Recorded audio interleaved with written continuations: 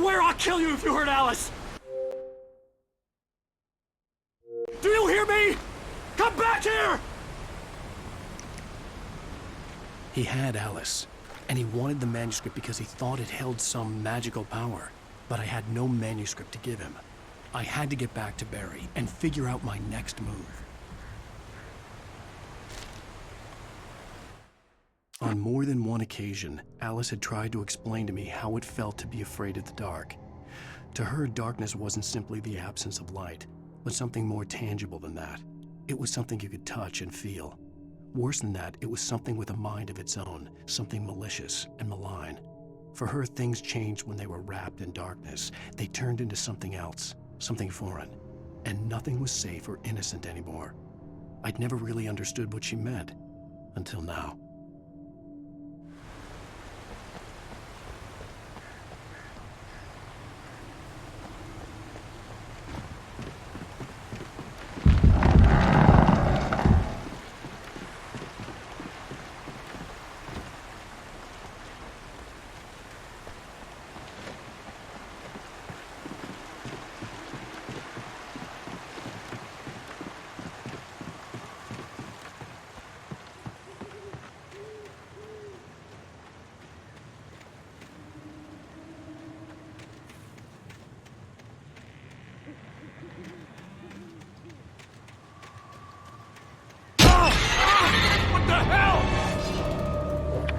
Rusty had warned me about these traps. It hurt like hell. I was stuck.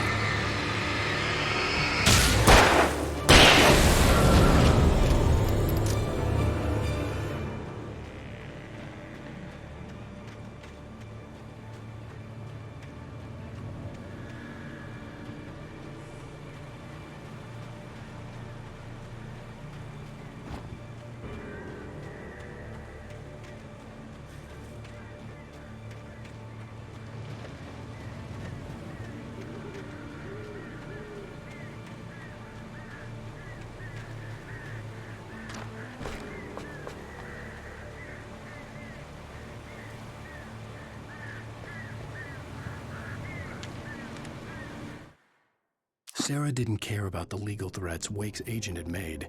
She let Wake go without argument, because there was something about him she couldn't quite put her finger on, something that reminded her of her father. She didn't think Wake would hurt his wife. Then she thought about the way he waded into Hartman, that hair-trigger rage flaring up without warning.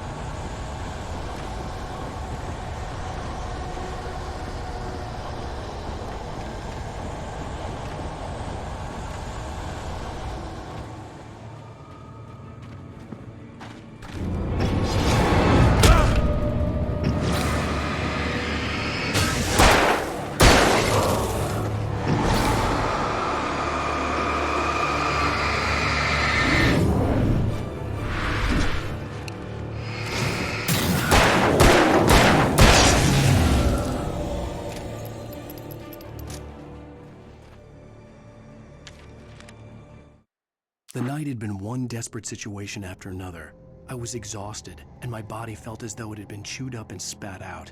The flashlight was heavy in my hand, and each pull of the trigger sent a painful shock up my arm. But I was finally out of the woods, and things were looking up. That's when I heard the chainsaw.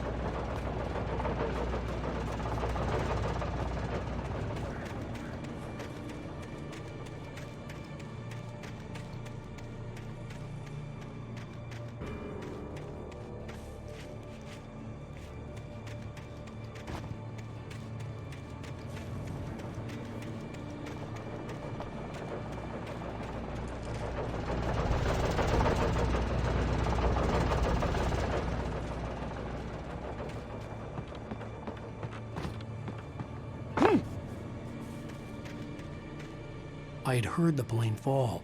It made no sense. It was clear that it had just fallen here, but it was very old and obviously hadn't flown in decades. Looking at it sent a shiver down my spine.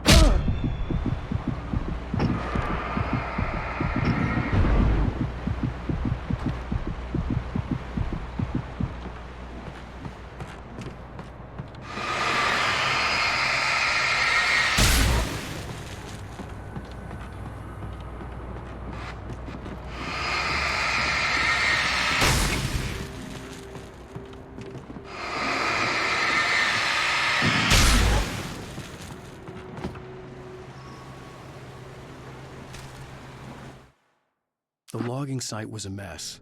The modular office had been pushed off the cliff. Deputy Thornton climbed up from the wreckage excited, breathing hard from the exertion. Nobody there. It's weird. Don't you think that's weird? Bored, Mulligan let out a mighty snort. Hell, it's always weird, Thornton. Just a question of sorting out what kind of weird it is this time around.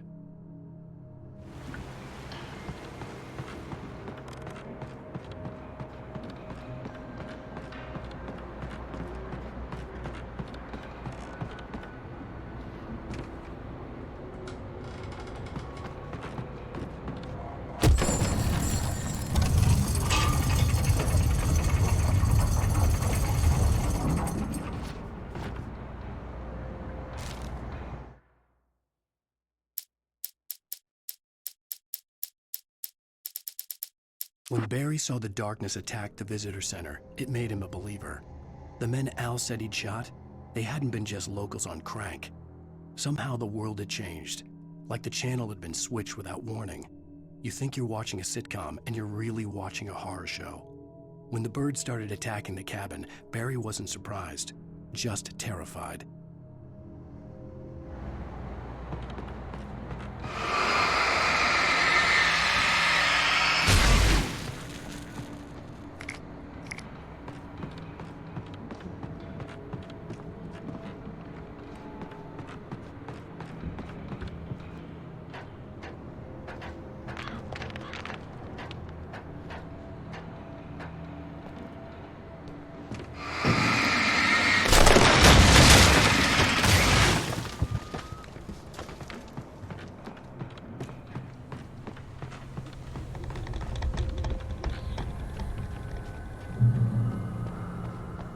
Beware of Widowmakers!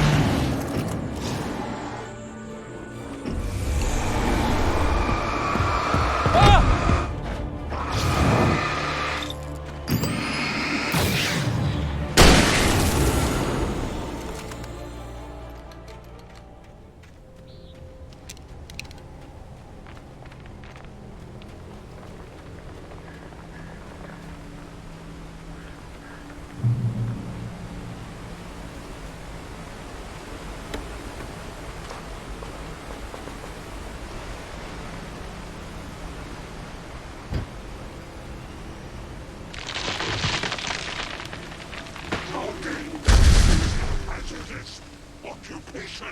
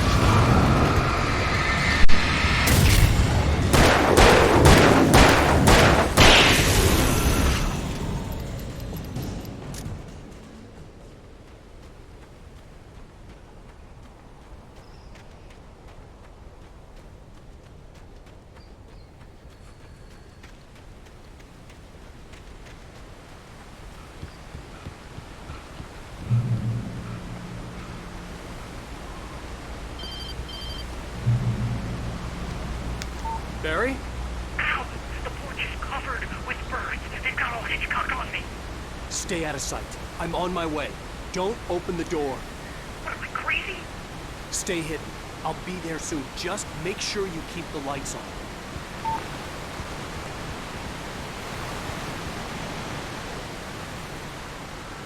I still had to reach Barry at the cabin, but at least I was out of the woods.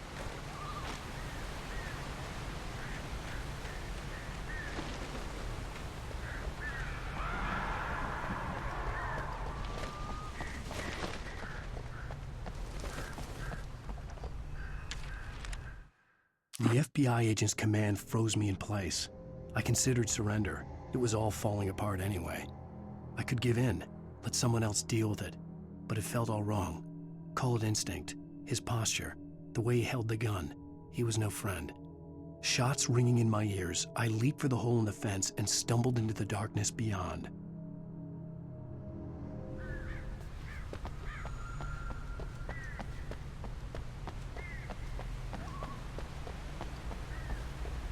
I'd have to get the car from the locked garage. It would get me back to Barry faster, and the headlights were a welcome bonus.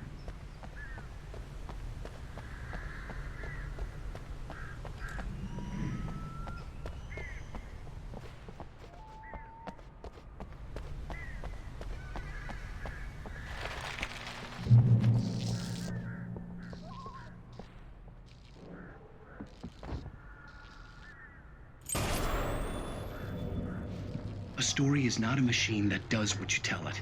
A story is a beast with a life of its own. You can create it, shape it, but as the story grows, it starts wanting things of its own. Change one thing and you set off a chain reaction of events that spreads through the whole thing. The characters have to be true to themselves. The events need to follow a logic that fits the story. A single flaw and the magic is gone. The story dies. Alice dies.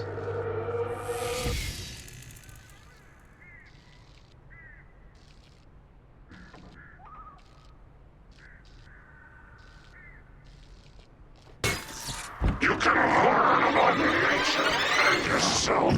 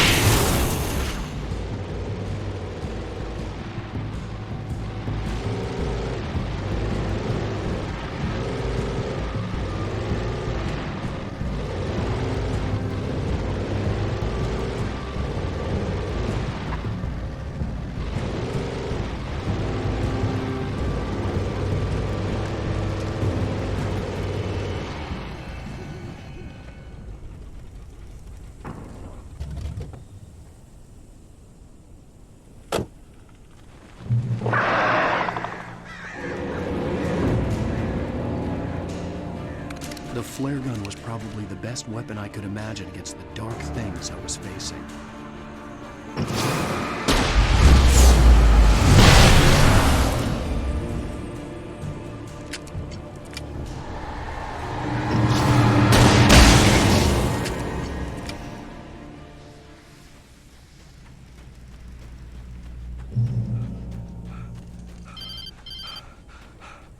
It was the kidnapper. You son of a bitch! Where's my wife? Enough horseplay, Wake. You deliver the manuscript, and you can have your woman back. Simple as that. I don't... Listen. I'm gonna need time to finish it. I still need to write the ending. I need a week. It's not done. I need a week. 2 days. The old Bright Falls coal mine is nearby. You can find it easy, city boy. The main building, there at noon. You bring the manuscript, you'll get your wife. If not, well, get me? Yes, I get you.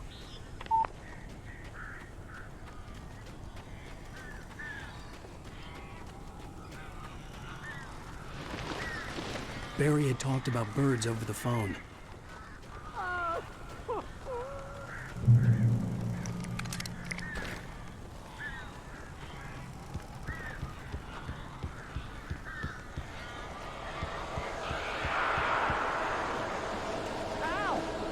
I am so glad you're here. A couple of them got in here before I washed the kitchen.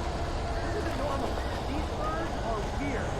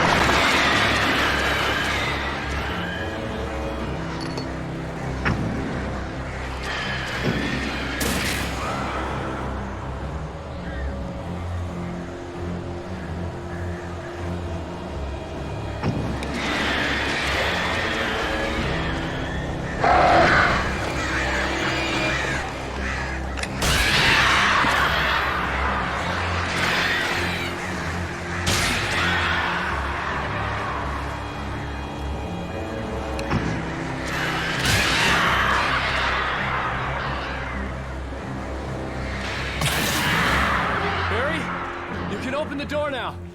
They're gone. Hey, Al. I'm sorry for thinking you were having a psychotic episode, man. I sent Barry to the town to ask around about a man fitting the kidnapper's description. He'd go through the archives of the local paper. Perhaps he could learn something. Anything about the island and the cabin that had disappeared. The man wanted a manuscript. I had to try to write him one to get Alice back.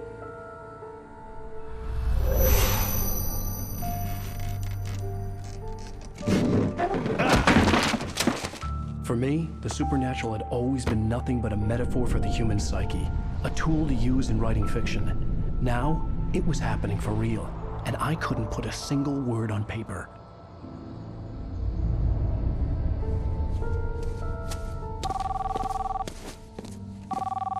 Barry Wheeler speaking. This is Rose. Rose? I found Mr. Wake's pages. Oh, you sweet, brilliant girl. Could you and Mr. Wake come get them? I live in the trailer park outside the town. We'll be there in less than an hour. I know. See you soon.